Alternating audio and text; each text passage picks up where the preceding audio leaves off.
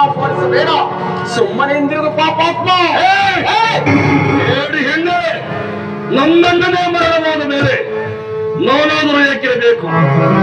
ಚಂಡನನ್ನು ಕೊಂದನೆಂದು ಈ ಮುಂಡನವರು ಯುದ್ಧ ಮಾಡುವುದು ಬಹಳ ಜಟಿಲ.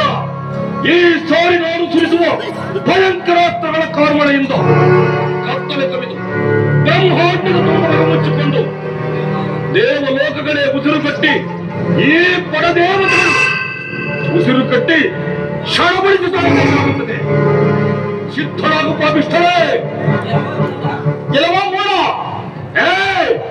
ಬರಿ ಬರಿ ಮಾತುಗಳಿಂದ ನಿನ್ನ ಶಕ್ತಿಯನ್ನೇಕೆ ವ್ಯಯ ಮಾಡುವೆ?